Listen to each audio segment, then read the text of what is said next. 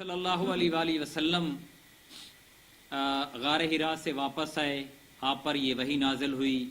یا ایھا المدثر، اے چادر اوڑھ لپیٹ کر سونے والے کھڑے ہو جائیے، اب سونے کا وقت ختم ہو گیا ہے،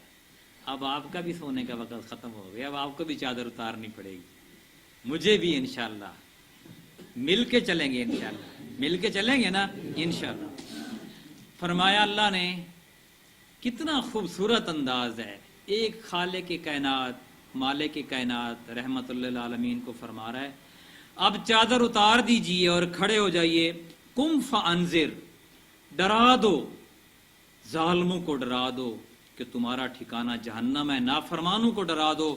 تکبر کرنے والوں کو ڈرا دو، بدماشوں کو ڈرا دو، قاتلوں، رازنوں، راگیروں کو راہ راست پر لے کے آؤ، اور فرمایا وَرَبَّكَ فَكَبِّرْ، اور بڑائی صرف رب کی بیان کرنی، کسی کی بڑائی بیان نہیں کرنی، کوئی دنیا کی طاقت بڑی نہیں ہے، ابو جہل، ابو لہب، امیہ بن خلف، فرعون، شداد، جتنے بھی دنیا کے قارون بدماش گزرے ہیں، کوئی بڑا نہیں ہے، کس کی کوئی ویلیو نہیں ہے،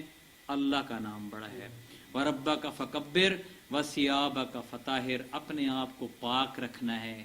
کوئی گندگی کسی بھی صورت میں آپ کے پاس نہیں ہونی چاہیے، کپڑے بھی پاک صاف ہوں، ذہن بھی پاک ہو، آنکھیں بھی پاک ہوں، دماغ بھی پاک ہو، گندی سوچ نہیں ہونی چاہیے، گفتگو بھی پاک ہو، گندی گفتگو نہیں ہونی چاہیے، یہ ہمارے لیے سبق ہے۔ وَثِيَابَكَ فَطَهِّرْ وَالرُّجْزَ فَاهْجُرْ، اپنے آپ کو گندگی سے دور رکھیں، وَلَا تَمْنُن تَسْتَكْثِرْ، اور آپ احسان کرتے جائیں، بدلے کی امید نہ رکھیں، یہ نہ سوچیں کہ آپ کو بدلہ ملے گا۔ وَثِيَابَكَ وَلَا تَمْنُن تَسْتَكْثِرُ وَلِرَبِّكَ فَاصْبِرْ، اپنے رب کی خاطر آپ نے صبر کرنا ہے۔ آپ نے آغاز شروع کیا، جو اللہ تعالیٰ کے خوبصورت ستارے تھے، چاند تھے چمکتے، وہ اللہ تعالیٰ نے آپ کی طرف بھیجنا شروع کر دیے، حضرت ابو بکر صدیق اسلام لے آئے، حضرت علی اسلام لے آئے، حضرت عثمان آ گئے، سعد بن ابی وقاص آ گئے،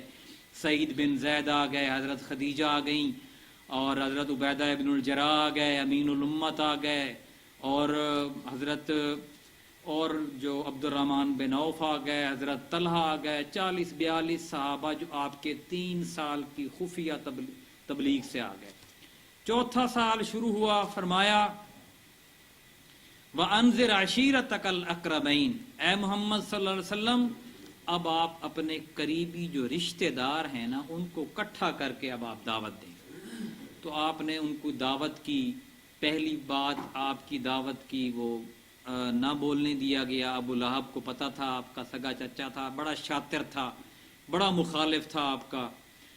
اس نے آپ کی بات شروع ہی نہ ہونے دی، اور جو مجمع کا یا رخ تھا وہ کسی اور طرف موڑ دیا، دوبارہ دعوت کی، پوری آپ نے دعوت رکھی، ابو لہب نے پھر مخالفت کی، اور خاندان جو ہے وہ چلتا ہوا، لیکن اس میں حضرت ابو طالب نے کہا کہ میں آپ کی سپورٹ کروں گا اور رہتے دم تک سپورٹ کروں گا، اگرچہ میں ہوں انہی کے دین کے اوپر، تاریخ میں جو لکھا ہے۔ آپ کو چوتھا سال جب ہوا تو پھر لوگ اسلام لینا شروع ہوئے۔ چوتھے سال میں تو مشرکین نے مذاق اڑانا شروع کیا،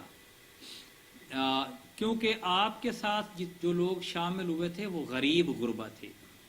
اور جو باقی سردار کوئی شامل نہیں ہوا تھا سوائے اکا دکا کے، جو آپ کے یار تھے، جیسے حضرت ابو بکر صدیق تھے، وہ سردار تھے، وہ ایک شامل ہوئے، حضرت سعد بن ابی وقاص، حضرت عبد الرحمن بن عوف، حضرت عثمان، یہ مطلب ہے کہ اپنے قبیلے کے بڑے بڑے نام تھے، باقی زیادہ تر جو تھے وہ غلام تھے، اور عورتیں بھی غلام ہی تھیں جو آپ کے ساتھ شامل ہوئیں۔ تو ان کے اوپر ظلم و ستم، پہلے مذاق اڑانا، باتیں فکرے کسنا، مختلف تہمتیں لگانا، عزت اچھالنا، جیسے ہمارے معاشرے میں ہوتا ہے، کسی کو بربادی کی طرف لے کے جانا، دھمکیاں دینا، کاروبار خراب کرنا، روٹی بند کر دینا غلاموں کی خاص طور پر۔ اور پھر بعد میں جب نبی کریم صلی اللہ علیہ وسلم کی چونکہ ایک باوقار انسان تھے، وہ تو سرداروں کے سردار تھے اور مکہ کے متولی تھے، مسجد حرام کے وہ خاندان جو تھا وہ مسجد حرام کا ایک قسم کا راہبر تھا، جیسے ہمارے مسجد کی انتظامیہ ہوتی ہے، تو وہ تو شروع سے اس خاندان کو چلا رہا تھا، تو آپ کو جلدی سے ہاتھ لگانا ان کی سوچ میں نہیں تھا، وہ جرت نہیں کرتے تھے۔ لیکن جب چوتھا سال تقریباً آخری آدھا ہو گیا تو پھر انہوں نے آپ صلی اللہ علیہ وآلہ وسلم کے ساتھ بھی زیادتیاں شروع کر دی تھیں۔ زیادتیاں ایک مجلس شورا بنی اور 25 بڑے بڑے سرداروں کی مجلس شورا بنی، اور 25 بڑے بڑے سردار مکہ کے، ان میں ابو لہب تھا، امیہ بن خلف تھا، ابو جہل تھا، اور باقی مجھے سارے نام تو یاد نہیں ہیں، یعنی بڑے بڑے سردار، جیسے اب آپ خیر پور میں 25 گھرانے کوئی بڑے بڑے لے لیں، اور ان سرداروں نے اپنا سردار بڑا ابو لہب کو بنایا کہ یہ حضور صلی اللہ علیہ وسلم کا سگا چچا ہے، اور پھر ابو لہب کا جو گھر تھا وہ آپ کے گھر کے بالکل ہم دیوار تھا۔ یہ طے ہوئی کہ اب ہم کسی کو نہیں چھوڑیں گے، ان کی ایسی کی تیسی کر دیں گے مسلمانوں کی، اب ان کا جینا حرام کرنا ہے، جو غریب ہیں ان کا تو روٹی بند کر دو، اور جو پیسے والے ہیں ان کا کاروبار کم کر دو، ان کو اور طرح سے دھمکیاں دو۔ پھر جو ظلم و ستم کا سلسلہ مسلمانوں کے اوپر شروع ہوا، اس کی ایک لمبی داستان ہے اور اس کے اوپر ایک کتاب ہے۔ سب سے پہلے نبی کریم صلی اللہ علیہ وآلہ وسلم کی 2 خوبصورت بیٹیاں، حضرت رقیہ اور حضرت ام کلثوم، یہ دونوں ابو لہب کے بیٹوں کے نکاح میں تھی، ابو لہب کی بہو تھی۔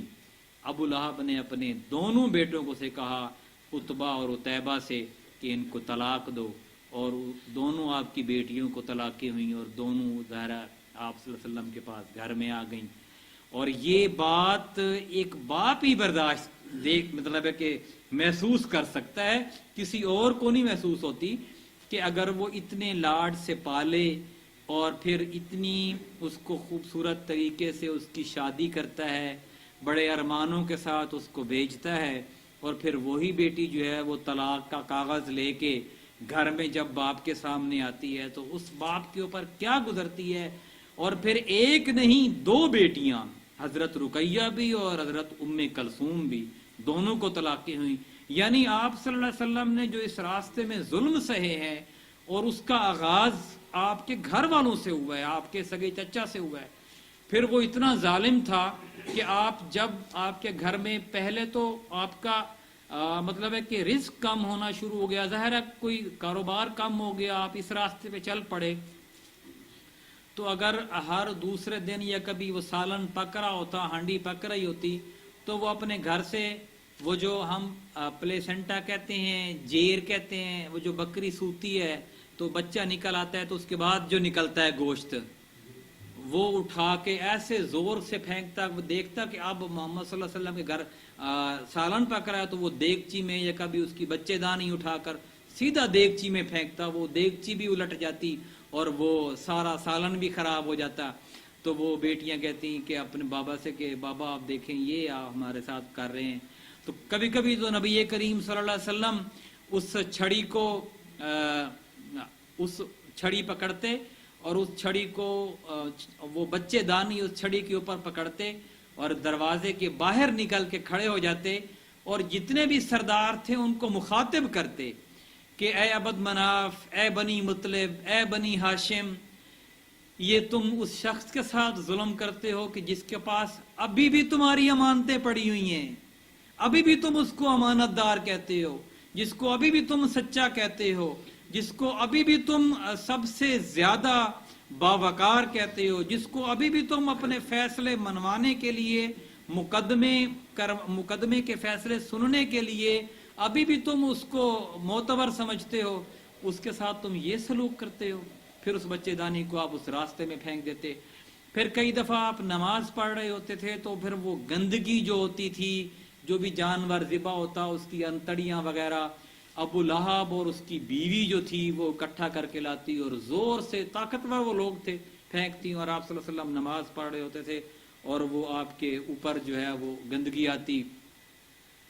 اور آپ دیکھیں وہ گندگی کی بدبو کتنی ہوتی ہے، پھر اس کی چوٹ بھی لگتی ہے. نبی کریم صلی اللہ علیہ وسلم یہ سب کچھ برداشت کرتے رہے. اور پھر آپ کے جو وہ صحابہ جو غلام تھے ان کے اوپر بڑا ظلم ہوا ہے. حضرت یاسر کی خاندان پر جو ظلم ہوا ہے اس کی تو ایک کتاب لکھی گئی ہے. وہ غلام خاندان تھا، اور جب وہ میاں بیوی اور ان کا ایک بیٹا تھا عمار بن یاسر، جب وہ اسلام لے کے آئے تو امیہ بن خلف اور ابو جہل اور اس طرح باقی جتنے بھی سردار تھے، غریب کے اوپر تو ویسے ہی قانون بڑی جلدی نافذ ہوتا ہے، اس کے اوپر تو لوگ ویسے ہی ٹوٹ پڑتے ہیں کہ غریب جو ہوتا ہے، غریب ایک چھوٹی سی جتی کوئی چیز چوری کر لے سارا محلہ اس کو مارنے پہنچا ہوتا ہے. تو وہ ان کے اوپر بڑا ظلم ہوا. حضرت عمار بن یاسر کو حضرت یاسر کو ایک دفعہ اتنا مارا جا رہا تھا اللہ کے راستے میں، دھوپ میں لٹایا ہوا تھا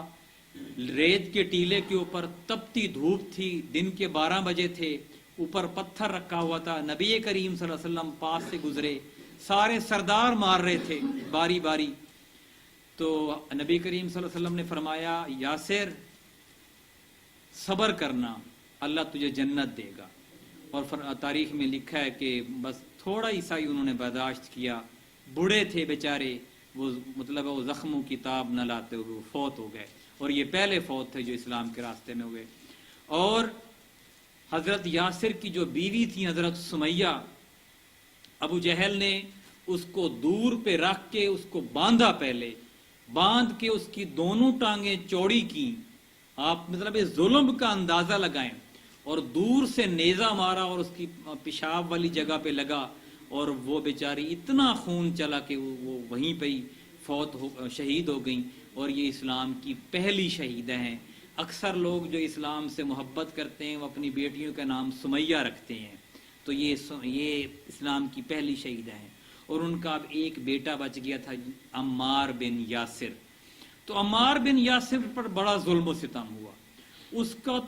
وہ جوان تھا، وہ برداشت کر رہا تھا، بڑا ظلم و ستم ہوا. آخر اتنا ظلم و ستم ہوا کہ کئی دنوں تک کھانا بھی نہیں دیتے تھے، اور نیم بے ہوشی کی حالت میں وہ بیچارہ پڑا رہتا. اسے کہتے تھے دو میں سے ایک بات کر، یا محمد صلی اللہ علیہ وسلم کو گالی دے جیسے ہم گالیاں دیتے ہیں، یا پھر عزا اور منات جو ہمارے بت ہیں ان کی جو ہے وہ.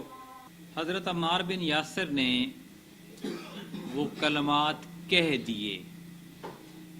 اب یہ پتہ نہیں کون سے کلمات کہے وہ لات اور عزا کے بارے میں کہ میں ان کو مانتا ہوں.